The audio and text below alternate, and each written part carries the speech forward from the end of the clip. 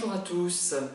Je vais vous parler de nouveau des pervers narcissiques en insistant plus particulièrement sur ceux que j'ai pu rencontrer dans un contexte professionnel de la formation continue, de l'insertion et dans des structures où j'ai pu réaliser du bénévolat. Bien évidemment, je ne vais citer aucun nom et je vais me montrer suffisamment impersonnel pour qu'on ne devine pas qui c'est. Ceux qui devineront le nom des personnes seront vraiment des proches à qui j'en ai parlé. Il n'y aura pas de problème à ce niveau-là. Mon but n'est pas de me créer des ennuis, ni de porter préjudice à ces personnes, à ces pervers narcissiques, parce que c'en était, il n'y a pas de doute, mais d'exprimer comment dire, un vécu et de le relier à des éléments théoriques afin que ceux qui regarderont cette vidéo puissent en profiter, en bénéficier.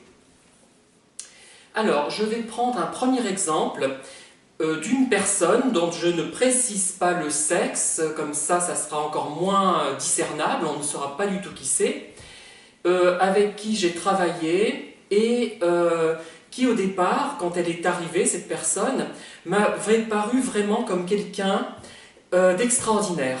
Cette personne m'avait séduit par sa distinction, par sa culture, par son ouverture d'esprit, par son altruisme, par son calme. Je l'idéalisais, je dois dire que j'en étais vraiment enchantée et je pensais que cette personne allait résoudre les problèmes d'organisation, que l'on rencontrait dans cette structure. Donc ça se passait pas mal d'ailleurs, mais on rencontrait quand même des problèmes d'organisation. Voilà. Et donc j'étais complètement fascinée par cette personne que j'aimais beaucoup et à laquelle je m'étais confiée. Ouais. Bon, vous imaginez un peu la suite. Alors, très vite, cette personne donc est apparue pour moi comme le Messie, enfin si c'est une personne, on dit, est-ce qu'on peut dire la Messie? Non, enfin voilà, une personne donc, je ne précise pas son sexe, qui allait tout transformer et c'était une personne providentielle. D'ailleurs, j'interviens à ce niveau-là, c'est que les personnes perverses narcissiques nous apparaissent souvent comme des personnes idéales, providentielles, qui vont tout résoudre. Donc c'était déjà un premier indice, mais à l'époque je ne savais pas ce que c'était les pervers narcissiques. J'en avais rencontré, mais je ne savais pas, comment dire, les nommer, et je n'aurais même pas compris que des gens puissent être malveillants pour le plaisir d'être malveillants, enfin le plaisir, par nécessité vitale plutôt, et je pensais qu'on était malveillant pour obtenir quelque chose, soit un bien, soit une notoriété, mais quelque chose de relativement concret, voilà. Je confondais pervers narcissique et ce qu'on appelle, entre guillemets, connard, quoi, voilà. Parce que les pervers narcissiques sont pervers quelles que soient les situations, quelles que soient les personnes, alors que ce qu'on appelle les, entre guillemets, connards, ou connasses, ne sont néfastes qu'avec certains types de personnes et dans certaines circonstances. Elles ne sont pas systématiquement méchantes, voilà. Alors, une précision avant d'aller plus loin, je parle aussi bien des hommes que des femmes. Quand je parle de pervers ou narcissique, c'est le terme générique. Parce que le masculin l'emporte, malheureusement, on va dire, sur le féminin en langue française. Donc il y a eu tous les débats sur l'écriture inclusive, etc. Mais en même temps, ça alourdira mon propos si je dis à chaque fois le pervers ou la perverse. En l'occurrence, là je dirais la perverse, puisque je parle de personne, afin qu'on n'identifie pas le sexe de la personne de façon à ce que ça demeure flou, pour ne pas porter préjudice aux gens et pour ne pas me mettre en difficulté moi-même si on devinait qui étaient ces personnes. Donc cette personne était providentielle pour moi. Elle avait toutes les qualités que je souhaitais trouver chez un collègue ou une collègue de travail. En fait, très vite, ce qui s'est passé, c'est que cette personne a, au lieu d'arranger les choses, les a envenimées. C'est-à-dire que je ne m'en suis pas rendu compte immédiatement. Il y avait déjà la pagaille, un peu de pagaille, on va dire. Mais la pagaille est devenue monstrueuse. C'est-à-dire que l'organisme était sans dessus-dessous. On était survolté tout le temps, enfin moi au début, puisque la première cible qu'elle a prise, c'était moi. Après, elle est allée sur d'autres personnes, mais j'étais je pense, un des premiers. Peut-être pas le premier, mais un des premiers. Elle a commencé à dire du mal des autres, mais dans une optique constructive, ce qui fait que ce n'était pas choquant. Elle critiquait mes collègues devant moi, je suppose qu'elle faisait la même chose quand je n'étais pas là avec d'autres collègues, et la façon dont elle les critiquait était constructive, c'est ça, donc ça ne paraissait pas malveillant. On avait l'impression qu'elle essayait d'apporter quelque chose à l'organisme, à la collègue en question, et à moi aussi. Donc je ne trouvais rien à dire, à redire. Ensuite, je l'ai observé dans des situations et ça m'a vraiment troublée là. J'étais vraiment très troublée et c'est peut-être là que j'ai commencé à comprendre que quelque chose n'allait pas. J'étais avec elle dans son bureau, avec cette personne, et on discutait de pédagogie et de, comment dire, de personnes d'attitudes pédagogiques adoptées, de personnes, de formateurs à positionner sur une formation, sur un groupe. Donc elle défend un point de vue, bon, c'était très cohérent, hein, il n'y avait pas rien à redire. Bon, ce n'était pas tout à fait mon point de vue, mais bon, pas de problème. Une personne entre, la personne en question lui parle pédagogie, je me souviens qu'elle avait défendu le point de vue opposé à celui qu'elle avait défendu devant moi. Opposé. Le point de vue c'était le contraire, il faut dire ce qui est. Et je me souviens que ce jour-là, une troisième personne est rentrée et elle a défendu un mélange, enfin, je ne sais plus, c'était un troisième point de vue. Voilà, c'était un troisième point de vue, je ne sais plus de quoi on parlait exactement, mais c'était 3 points de vue différents pour 3 personnes différentes. D'ailleurs, avec moi, elle avait mal identifié sans doute mon point de vue, puisque le point de vue qu'elle développait n'était pas le mien. Mais c'était pas... Moi, j'étais ouvert à la discussion. Et là, je me suis dit, mais c'est extrêmement bizarre, et j'en ai parlé à des collègues avec qui j'étais très lié. J'avais une amie très, très chère à ce moment-là, et je lui en ai parlé.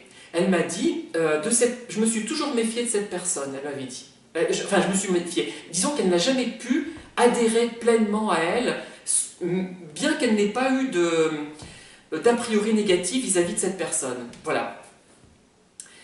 Par la suite, moi j'ai un peu oublié tout ça, et je me souviens que pour réorganiser l'organisme, elle nous suggérait des idées qui venaient d'elle en fait. Et je disais, moi, elle a peut-être raison, effectivement, cette personne a raison, elle développe tel point de vue, je vais en parler, pas de problème, hein, je vais en parler lors de la réunion.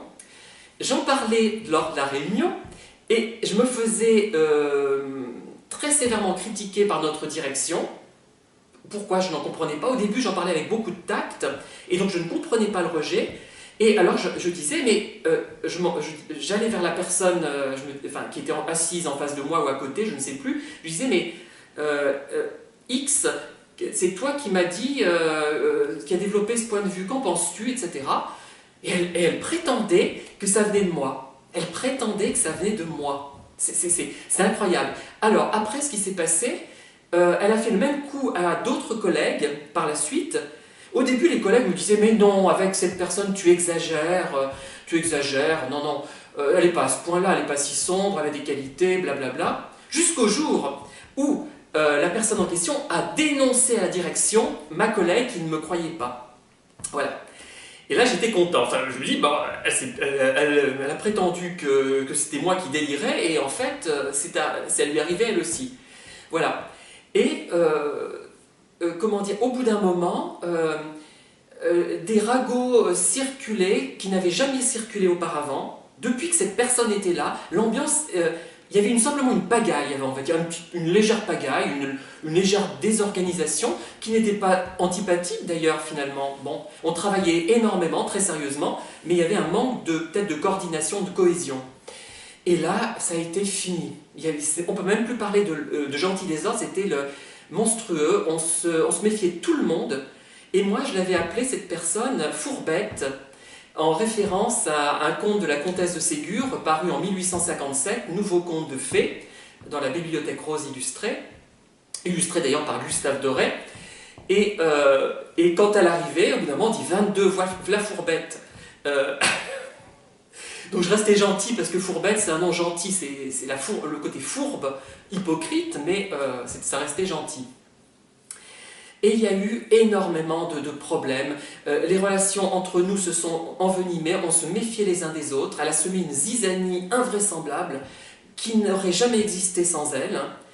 Et elle a profité en fait du fait que la structure était un peu laissée, pas à l'abandon mais presque, par la direction qui avait d'autres fonctions en même temps, donc qui ne pouvait pas être présent physiquement. Et elle a profité de cette faille pour pénétrer tel le loup dans la bergerie. Et d'ailleurs, il y a une de mes collègues qui avait dit bah, cette personne, c'est le loup dans la bergerie, avant même qu'il se passe tout ça. Elle avait pressenti, et moi pas du tout, parce que j'étais sous le charme de cette personne hein, qui me séduisait réellement.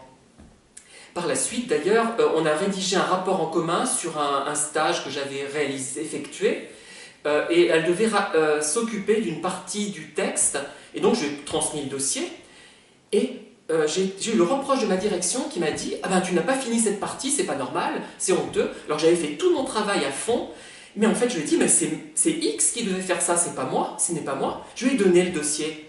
Et le dossier, elle l'avait caché sous une pile d'autres dossiers papier. Je lui avais donné la version internet, enfin la version virtuelle aussi. Et on a retrouvé d'ailleurs, quand elle est partie, qu'on a fait le ménage, on va dire, plein de dossiers qui avaient disparu. Elle les avait cachés, Dieu sait pourquoi, et c'est incroyable. Elle donnait l'impression de travailler d'arrache-pied, finalement, mais elle ne faisait rien. Elle ne faisait rien. Elle avait tellement... elle dépensait tellement d'énergie pour s'aborder la structure, pour nous monter les uns contre les autres, qu'elle n'avait plus le temps de travailler, tout simplement. Il fallait pas Cette personne était vraiment néfaste. Maintenant, je m'en rendrai compte assez rapidement. Et un jour, d'ailleurs, elle était censée avoir un problème de dos grave, elle ne pouvait plus bouger, elle était intéressée chez elle, donc je l'ai remplacée sur un groupe à un moment donné. Je l'ai pas remplacée, c'est une collègue qui l'a remplacée. Et moi, je l'ai croisée, cette collègue, elle n'avait pas de problème de dos, elle marchait tranquillement avec quelqu'un de sa famille dans un magasin, une grande surface, elle faisait ses courses, et elle n'avait pas l'air malade le moins du monde. Voilà, donc c'était uniquement des mensonges, et à un moment donné, même je trouve, quand elle a été révélée, quand on s'est rendu compte qui elle était plus ou moins déprimée, on avait l'impression, et ça nous a pour certains apitoyés, mais moi j'avais bien compris déjà que c'était de l'hypocrisie, là on avait compris cette fois. Donc il y a beaucoup d'anecdotes qui me reviendront par la suite, mais voilà ce qui me revient de cette personne. Qui paraît, les pervers narcissiques au départ, on se dit c'est la collègue idéale, c'est l'amie providentielle, c'est l'amoureuse idéale, celle dont on a rêvé, la personne dont on a rêvé. C'est trop beau pour être vrai, c'est merveilleux. Et bien oui, c'est effectivement trop beau pour être vrai. Voilà, je crois qu'on a bien résumé les choses. Et ces gens qui vous paraissent providentiels, merveilleux, infiniment cultivés, plein de remarques gentilles à votre égard, parce qu'elle était très gentille à votre égard. Elle voulait être ma muse. Alors je n'écrivais pas à l'époque, peut-être que j'avais déjà le côté un peu artiste, je ne sais pas. Elle me regardait de façon presque énamourée, cette personne. Enfin, c'était l'extase, réciproque d'ailleurs au début, hein, je dis franchement. Voilà, donc voilà ce que je voulais vous dire déjà sur ce contexte professionnel que j'ai vécu. Et je vais poursuivre sur d'autres événements survenus dans le contexte professionnel qui vous donneront vraiment des pistes réelles pour vous aider à mieux reconnaître les pervers. Hein. Je sais que mes vidéos sont assez peu écoutées par rapport à d'autres, mais évidemment je n'utilise aucune technique pour avoir des votes artificiels. Hein. Je sais que beaucoup le font. Moi je n'ai pas envie, je préfère faire les choses à mon niveau. Et bien si j'ai que 30 personnes qui écoutent ma vidéo, mais qui en tirent parti, qui trouvent que ce que je raconte est intéressant et que ça les aide, et ben ce sera déjà très bien. Voilà, je préfère ça plutôt qu'avoir 10 000 et en fait, en réalité, 50 personnes réelles. Voilà. Je vous remercie et je vous dis à très bientôt. Au revoir.